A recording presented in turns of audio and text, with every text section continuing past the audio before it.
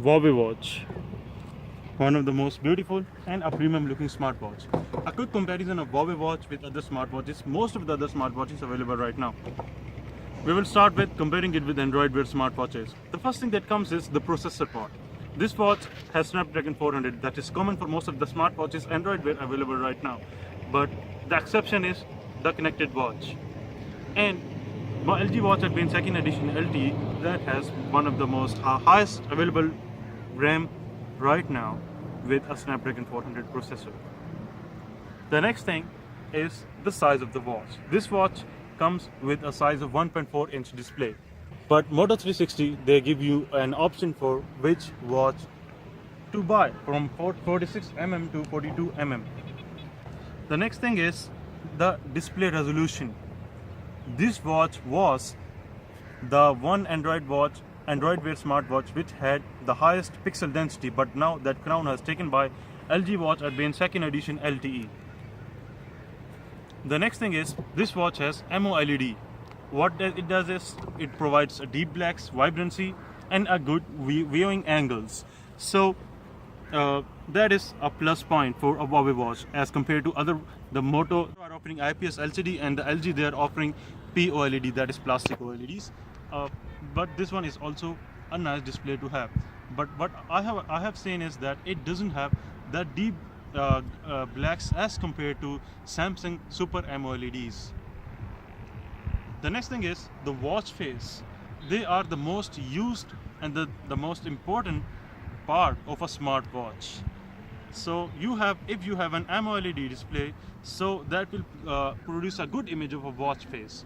Why? Because of the AMOLED's deeper blacks, vibrancy, and a good viewing angles. The next thing is that this watch has a speaker. That is really a big plus point, as most of the Android Wear smartwatches doesn't have this feature. What it does is it provides a call speaker and it accessibilities features and an option for notification like ringtone alerts too. So this is a good plus thing to have in a watch. The next thing is the sensor part. What is that? When a person buys a smartwatch, the first thing they think about is, the first thing that comes in their mind is the sensor parts. So this watch has a 6-axis sensor that is common for most of the Android Wear smartwatches available right now.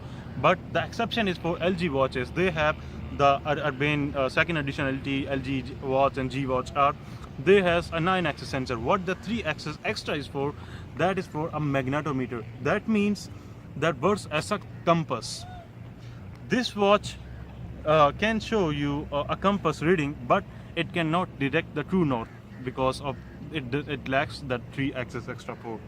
And the other plus point in the sensor part, this watch has a barometer. What it does is it measures atmospheric pressure, and the plus point for that barometer is that you can calibrate it to measure the altitude.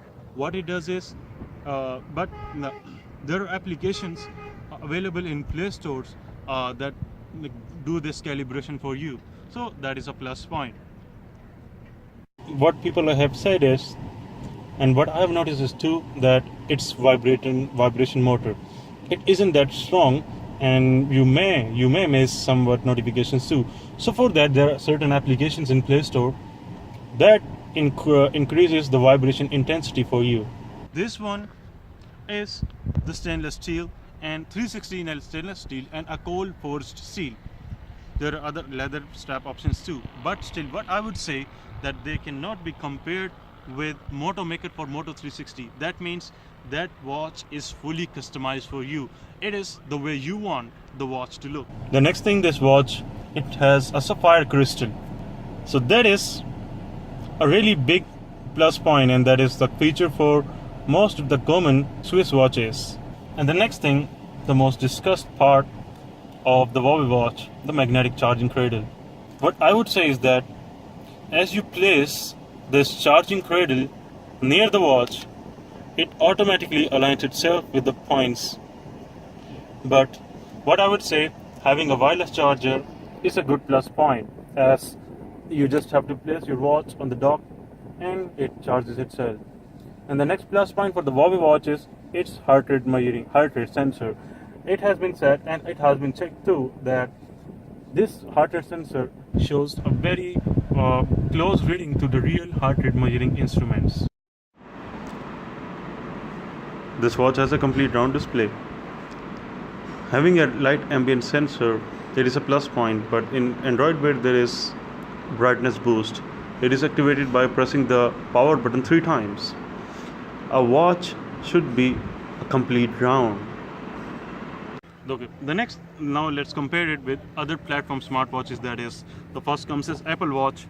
I personally like the UI and of the Apple Watch and how it's user friendly, but the sad part for Apple Watch is that it doesn't have a support for Android OS.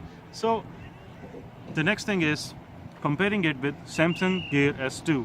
That is also a really good watch that is fully customized for a smartwatch. Like for example, it also has a rotating bezel, but it has its software. It lacks the developer support as compared to the Android Wear that will give you lack of apps. Now, what I think is that if the Samsung Gear S3, when they will launch it, so the support for Gear S2 will be very less, and even the developer support will reduce too. But for Android Wear, that will still continue. The next part is the fitness trackers. The fitness trackers, they possess more extra sensors. For example, some of them has UV sensors, some of them has sleep tracking, and different types of sensors. So talking about this watch isn't a complete fitness tracker.